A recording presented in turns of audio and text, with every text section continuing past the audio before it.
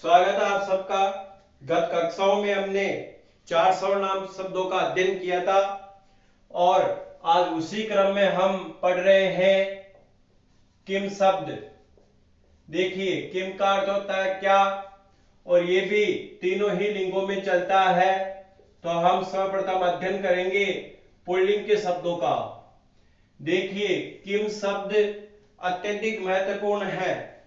प्रश्न निर्माण, अनुवाद कार्य और अशुद्धि संशोधन में इसकी उपयोगिता अत्यधिक है। इन तीनों में से भी प्रश्न निर्माण में अत्यधिक इस शब्द की उपयोगिता है। देखिए, आप लोगों को अगर तद शब्द अच्छे से आ गया है, जो हम गत कक्षा में उसका अध्ययन करे थे, अगर तद शब्द आ गया है तो तद के समान ही ये और शब्द बनते हैं। देखिए, वहां पे स तौ ते था, हम स की जगह कह रखेंगे। आगे प्रथमा एक वचन के अलावा किसी भी विभक्ति का कोई किसी भी वचन का जो रूप बनता है उसमें त आता है। उस त की जगह पे आप कह रखते चलिए, अपना किम शब्द बन जाएगा। हम ऐसे भी बना सकते हैं। अब देखिए, प्रथमा में वहां बना स तौ ते, तो हम स की जगह कह रख लिए। ये थोड़ा अलग आता है, स की जगह कह। अब देखो, अब तय ही तय आएंगे हर वचन में और हर विभक्ति में। देखो, तौ, तो तौ आया तो तय की जगह कह रख लिया, तो कौ। यहां ते आया तद शब्द का, तो हमने कह रख लिया, तो के। आप तद शब्द से भी इस किम शब्द पुल्लिंग का निर्माण कर सकते हैं। देखिए, द्वितीय में वहां था तम तौ तान, तो तय की जगह कह रख लिया, तो कम कौ, और हमारा रूप बन गया कान। तृतीय में वहां रूप बना हमारा तद शब्द में तेन ताभ्याम तई, और यहां हमारा बन जाएगा तय की जगह कह रख लेंगे, तो केन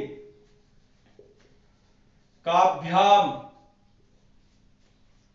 और कई। वहां था तद शब्द में तस्मै ताभ्याम तेभ्य।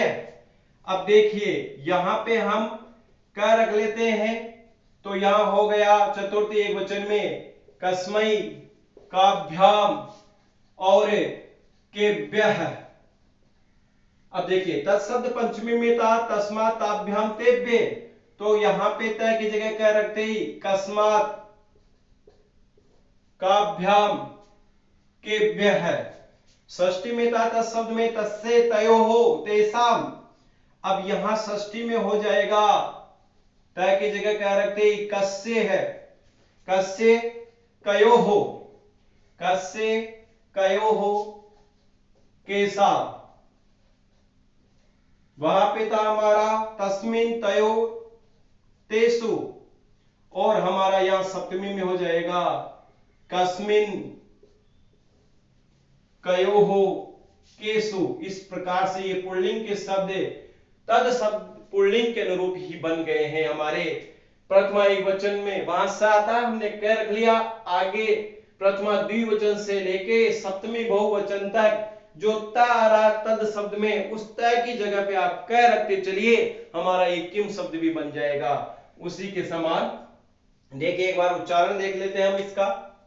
कह कौ के, कम कौ कान, केन काभ्याम कैहि, कस्मै काभ्याम केभ्यः, कस्मात् काभ्याम केभ्यः, कस्य कयोः केसाम, कस्मिन कयोः केसु। इस प्रकार से ये पुल्लिंग के हमारे रूप हो गए। इनको ऐसे ही याद करना है और साथ के साथ इनको लिखते चले। अब देखिएगा, ये पुल्लिंग के हो गए। अब हम बनाते हैं स्त्रीलिंग के, साथ के साथ लिखते रहे शुद्धता से। स्त्रीलिंग के शब्द रूप बनाते हैं। अब देखिए, तद शब्द जो स्त्रीलिंग है उसी के अनुरूप हमारा यहाँ किम शब्द स्त्रीलिंग के रूप बन जाएंगे। वहां पे सा की जगह आपको का करना है, स की जगह क करना है। आगे जो भी ता आए वहां पे आपको क रखते हुए चलना है। देखिए, प्रथमा में था सा ते ताहा, तो सा की जगह क रख लिया, तो का। ते की जगह के काहा। ताहा था। अब तय की जगह क्या रखना है प्रथमा एक वचन के बाद। काम वहां था ताम ते ताहा, तो हमारा यहां पे हो गया काम के काह। तृतीया में देखो वहां बना था तया, अपना यहां बना कया, काभ्याम काव्यहि। वहां बना था तस्यै, अब यहां बन जाएगा हमारा कस्यै, काभ्याम काव्यः। वहां बना था हमारा कस्याः, पंचमी में तस्याः बना, यहां बन गया हमारा कस्याः, काभ्याम काव्य। अब देखो वहां तस्या षष्ठी में था, तय की जगह क्या रख लिया, तो हमारा रूप हो गया कस्याः कयोः कासाम। और सप्तमी में वहां तस्याम था, तो हमने तय की जगह क्या रखा, तो कस्याम कयोः और कासु। इस प्रकार से हमारा ये स्त्रीलिंग का रूप बन गया। यहीं पे हम नपुंसक लिंग का भी बना लेते हैं। नपुंसक लिंग देखिएगा, इस नपुंसक लिंग में वही वचन ऐसे कैसे आ जाएंगे, ऐसा कैसे आ जाएगा, शब्द में सीधे रूप लिख रहा हूं यहां पे। देखिए वहां तत्ते तानी था, तो यहां हो जाएगा किम के कानी प्रथमा। और द्वितीय में भी ऐसा कैसे हो जाएगा, किम के कानी। अब देखिए तृतीया से जो पुल्लिंग के शब्द बने किम शब्द के, उसी के अनुरूप होगा शेष। हम लिख लेते हैं यहां पे शेष पुल्लिंगवत, और शब्द पुल्लिंग के अनुसार बनेंगे। एक बार हम उच्चारण कर लेते हैं। का के काहा, काम के काहा, कया काभ्याम काव्यहि, कस्यै काभ्याम काव्यः, कस्याः काभ्याम काव्यः, कस्याः कयोः कासाम, कस्याम कयोः कासु। अब देखिए यहां किम के कानी, किम के कानी, तृतीया से वही केन काभ्याम कैहि, कस्मै काभ्याम केभ्ये, कस्मात् काभ्याम केभ्ये, कस्य कयोः केसाम, कस्मिन् कयोः केसु। इस प्रकार से नपुंसक लिंग के रूप बन जाएंगे। लिखिएगा इनको जल्दी से, हम अगला शब्द भी लिखते हैं। देखिए किम शब्द हमारा यहां पूर्ण हो चुका है। अब किम शब्द के पश्चात हम शब्द रूप देखते हैं यद शब्द को।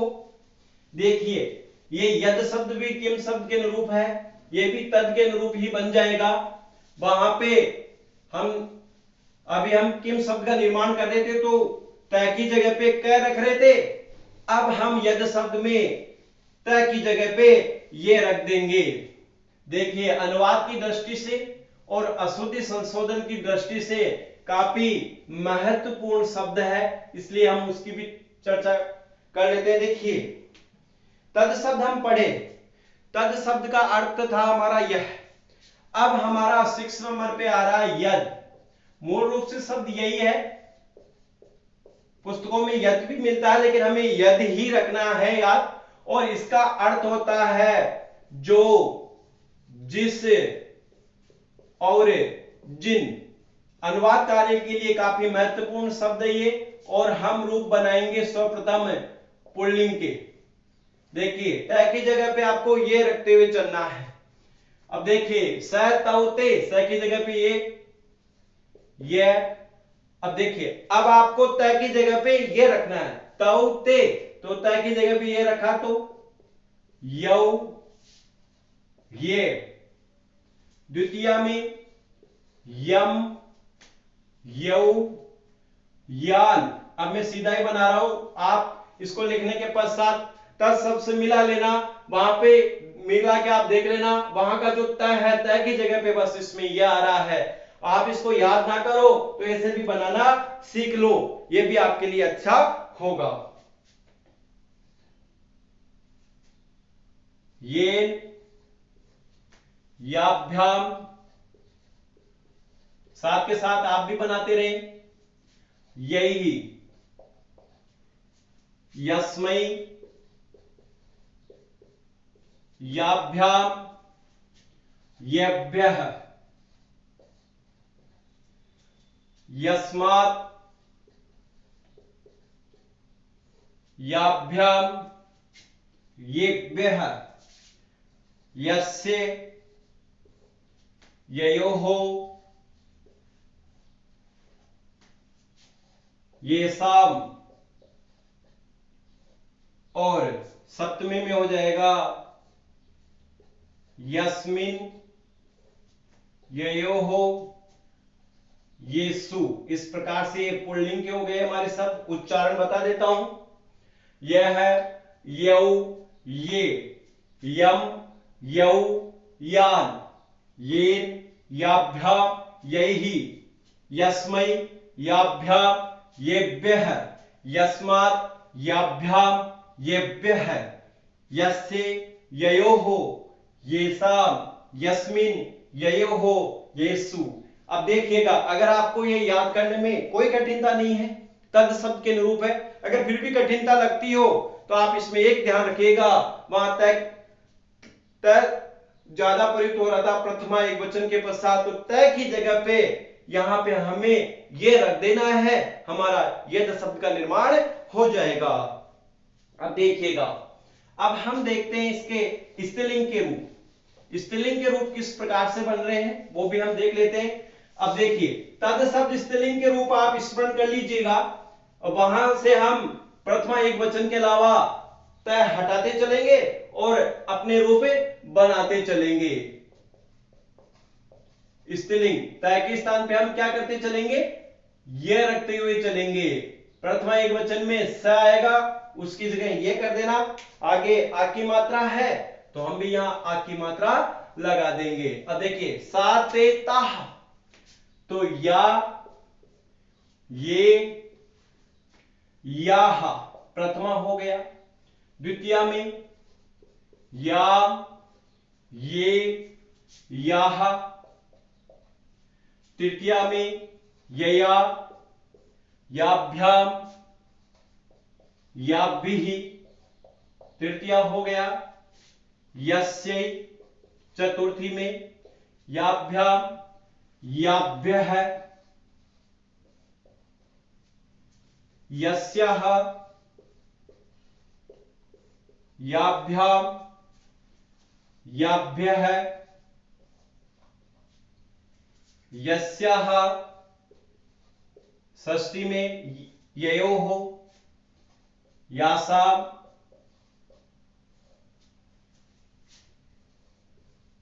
यस्याम्, ययोः, यासु। ये तो हो गया हमारा स्त्रीलिंग शब्द।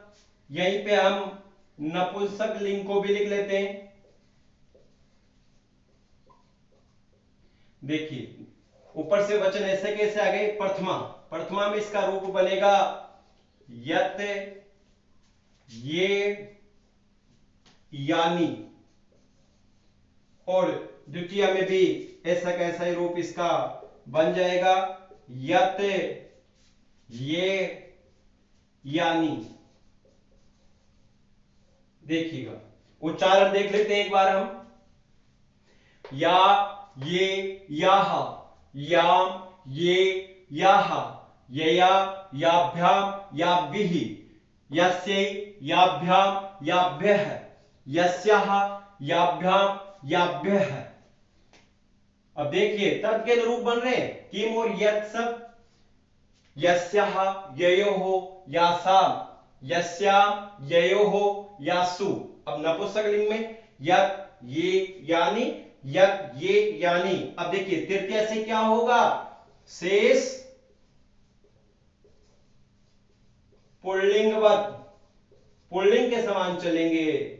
जिस प्रकार से अभी हमने पुल्लिंग बनाया था उसके अनुरूप तृतीया से रूप बनेंगे। लिख लीजिए इनको भी। अब हम 2 शब्दों का और अध्ययन करेंगे। सर्वनाम शब्दों में से कुल हम 8 शब्दों का अध्ययन करेंगे, जिसमें से 6 शब्द हो गए हैं। अब दो शब्द बचे हमारे, एक सर्व है और एक इदम शब्द है। यह भी अनुवाद कार्य अशुद्धि संशोधन में अत्यधिक महत्वपूर्ण है। लिखिएगा इसको जल्दी से।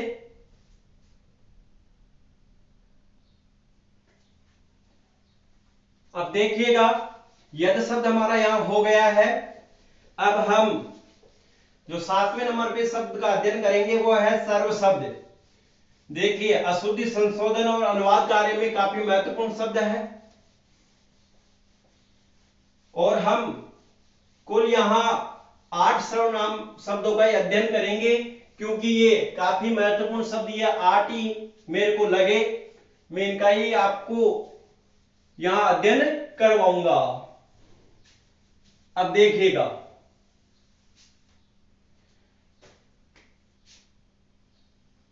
7 नंबर पे हमारे शब्द आ रहा है सर्व। सर्व का अर्थ होता है सब, ये भी तीनों ही लिंगों में बनता है और इसका हम पुल्लिंग रूप बनाते हैं। देखिएगा तद शब्द में प्रथमा एक वचन को छोड़ करके आगे जो भी ता आ रहा है उस तय के स्थान पे आप सर्व रखते चलिए। अब सर्व शब्द रखना तय के स्थान पे, ये शब्द भी तद के अनुरूप ही बन जाएगा। देखिए स तौ ते, तो यहां बन जाएगा पुल्लिंग के अंदर ये सर्व है, सर्वौ, सर्वे, तेता तो सर्वे। अब देखिए द्वितीय में हो गया तम तौ तान की जगह सर्वम, सर्वौ, सर्वान। अब देखिए तृतीय में वहां था शब्द में तेन ताभ्याम तई, तो अब देखिए यहां तृतीय में हो जाएगा सर्वेन। णत्व प्रक्रिया हो गई इस रह की वजह से, सर्वाभ्याम, और बहुवचन में हो जाएगा सर्वै। चतुर्थी में बनेगा इसका सर्वस्मै, सर्वाभ्याम, सर्वेभ्यः। चतुर्थी हो गया। पंचमी में बनेगा सर्वस्मात्। अब देखिए तय भी कर सकते हैं या द भी कर सकते हैं। सर्वस्मात् दो रूप, फिर वही सर्वाभ्याम और सर्वेभ्यः। सर्वस्मात् या सर्वस्मात्, त या द कुछ भी हम रख सकते हैं। अब देखिए षष्ठी में आएगा, दोनों ही रूप बनते हैं पंचमी में, सर्वस्य, सर्वयोः, सर्वेषाम। देखो वहां तेसाम बना, यहां सर्वेषाम हो गया। षष्ठी में हो गया और सप्तमी में हो गया सर्वस्मिन, सर्वस्मिन, सर्वयोः, सर्वेषु। इस प्रकार से ये हमारे सर्व शब्द पुल्लिंग के रूप हो गए हैं। एक बार उच्चारण हम कर लेते हैं इनका। देखिए उच्चारण में सर्वः, सर्वौ, सर्वे, सर्वम, सर्वौ, सर्वान्, सर्वेण, सर्वाभ्याम, सर्वैः, सर्वस्मै, सर्वाभ्याम, सर्वेभ्यः, सर्वस्मात् या सर्वस्मात्, सर्वाभ्याम, सर्वेभ्यः, सर्वस्य, सर्वयोः, सर्वेषां, सर्वस्मिन्, सर्वयोः, सर्वेषु। इस प्रकार से ये पुल्लिंग के रूप हो गए हैं। लिख लीजिएगा इनको जल्दी से। अब देखिए अब हम शब्द रूप देखते हैं यहीं पे स्त्रीलिंग के, सर्व शब्द के।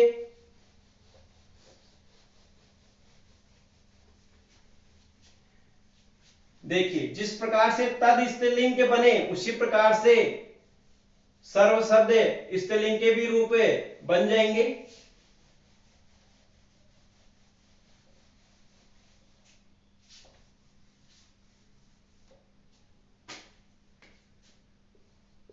स्त्रीलिंग, अब देखिएगा स्त्रीलिंग के रूप अगर हम यहां बनाएंगे तो सा ते तहा की जगह सर्वा, सर्व शब्द यहां पे भी हमको रखना है। सर्वा, सर्वे, सर्वाः। द्वितीय में हो जाएगा ताम तेता की जगह सर्वाम, सर्वे, सर्वाः। तृतीय में सर्वया, सर्वाभ्याम, सर्वाभिः। चतुर्थी में हो जाएगा सर्वस्य, सर्वाभ्याम, सर्वाभ्यः। पंचमी में हो जाएगा सर्वस्याः, सर्वाभ्याम, सर्वाभ्यः। षष्ठी में हो जाएगा सर्वस्याः, सर्वयोः। और यहां हो जाएगा सर्वासाम। यहां से दूसरा आएगा दंत से, जिसको हम स्कूल वाला से भी कहते हैं। इस वाले से का आपको प्रयोग करना है। और वहां पे था तस्याम, तद शब्द में, और यहां तय की जगह सर्व रख लिया तो सर्वस्याम, सर्वयोः और सर्वासु। इस प्रकार से ये हमारा सर्व शब्द स्त्रीलिंग हो गया। यहीं पे हम नपुंसक लिंग के शब्द भी बना लेते हैं। विभक्ति और वचन ऐसे कैसे आ जाएंगे? प्रथमा में इसका जो रूप बनेगा वह होगा सर्वम, सर्वे, सर्वाणी। हम नत्व प्रक्रिया में भी चर्चा करे थे। देखो नत्व इसलिए हो गया न की जगह न, क्योंकि इसमें र आ रहा है। ऐसे ही द्वितीय में सर्वम, सर्वे,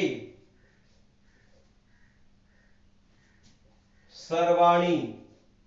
तृतीय वही पुल्लिंग के अनुरूप सर्वेन, सर्वाभ्याम, सर्वैहि। शेष इसलिए हम लिख सकते हैं यहां शेष,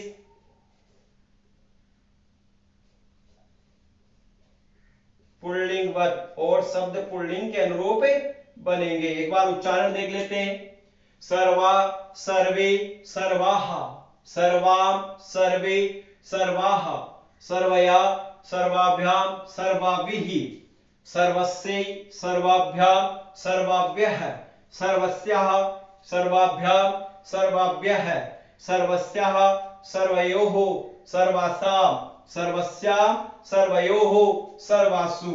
और नपुंसक लिंग में सर्वम, सर्वे, सर्वाणी, सर्वम, सर्वे, सर्वाणी। अब एक शब्द और हमारा बचा है, वह शब्द इदम है, और वह अशुद्धि संशोधन के लिए अत्यधिक महत्वपूर्ण शब्द है, क्योंकि इदम शब्द से अक्सर अशुद्धि संशोधन के वाक्य पूछे ही जाते हैं। अधिकतर प्रश्न इदम शब्द से ही होते हैं। एक बार पहले इसको लिख लीजिए जल्दी से।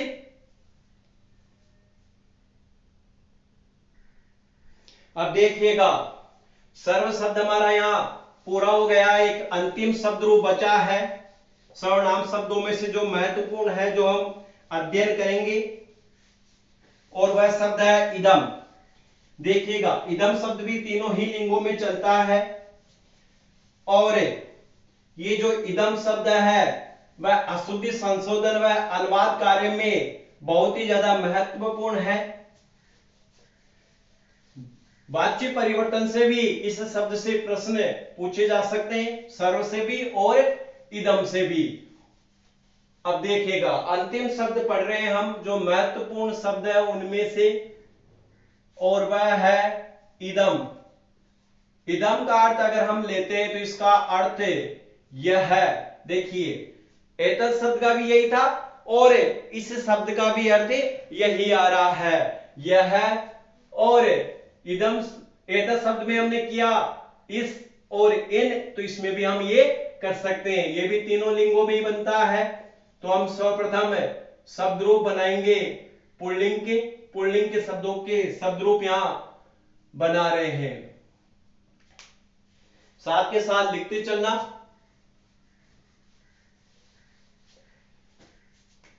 देखिए प्रथमा में रूप बनेगा इसका अयम, अयम, इमौ, इमे। देखिए इसमें बीच बीच में परिवर्तन होता रहता है, इसलिए मैं डायरेक्ट ये नहीं कहूंगा कि इसको तय की जगह पे ये कर दो, क्योंकि इसमें अलग अलग वर्ण आते रहेंगे बीच में। हाँ, पीछे स्थिति जो प्रत्ययों की हो रही है वो सेम होगी इसमें भी। इमम, इमौ, ईमान। अब देखिए तृतीया के अंदर अनेन आएगा, अनेन, आभ्याम। तृतीया से हम कर रहे हैं एभिः,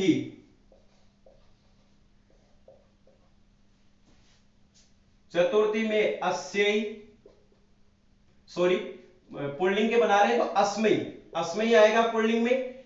ये पे डबल मात्रा आती है निश्चित स्त्रीलिंग का, अस्मै, आभ्याम, एभ्यः। और पंचमी में रूप इसका बनेगा अस्मात्, या फिर हम ये भी बना सकते हैं अस्मात् तयद आभ्याम एभ्यः। षष्ठी में बन जाएगा अस्य अनयोः एषाम्, अस्य अनयोः एषाम्। और सप्तमी में बन जाएगा इसका अस्मिन् अनयोः एषु। देखिएगा एक बार उच्चारण करा रहा हूं मैं, अयम, इमौ, इमे, इमम, इमौ, इमान, अनेन, आभ्याम, एभिः, अस्मै, आभ्याम, एभ्यः, अस्मात् या अस्मात्, आभ्याम, एभ्यः, अस्य अनयोः एषाम्, अस्मिन् अनयोः एषु। लिख लीजिएगा इसको जल्दी से, फिर हम स्त्रीलिंग के शब्द रूप लिखेंगे। अब देखिएगा स्त्रीलिंग के शब्द रूप देखते हैं हम इदम शब्द के।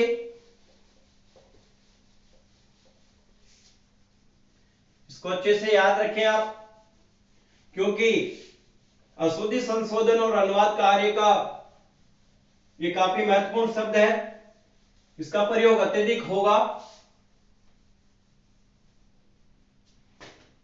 स्त्रीलिंग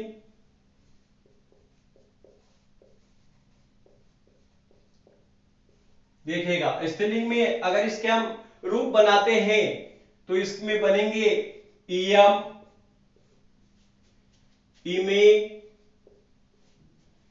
इमाह, इयम, इमे, इमाह।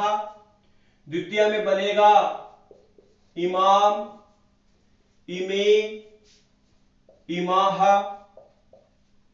अब देखिए तृतीया में जो इसका रूप बनेगा वह बनेगा अनया, आभ्याम, आभ्भिः, अनया, आभ्याम, आभ्भिः। यहां हो जाएगा अस्यै, आभ्याम, आभ्यः, चतुर्थी का रूप हो गया। पंचमी में जो इसका रूप बनेगा वह बनेगा अस्याः, अस्याः, आभ्याम, आभ्यः। षष्ठी में रूप बनेगा इसका अस्याः, अनयोः। अब देखिए बहुवचन में जो इसका रूप बनेगा वह बनेगा आसाम। इसी प्रकार से सप्तमी में देखिए यहां बनेगा अस्याम, अस्याम, अनयोः। और यहां हो जाएगा आसु। इस प्रकार से ये हमारा स्त्रीलिंग हो गया। और नपुंसक लिंग के भी हम यही बना लेते हैं शब्द रूप, नपुंसक लिंग के भी। देखिए नपुंसक लिंग के शब्दों में वचन ऐसे कैसे हो गए। प्रथमा के अगर हम रूप बनाएंगे तो यहां प्रथमा में रूप हो जाएंगे इदम, इमे, इमानी। और द्वितीय के भी रूप ऐसे कैसे हो जाएंगे इदम, इमे,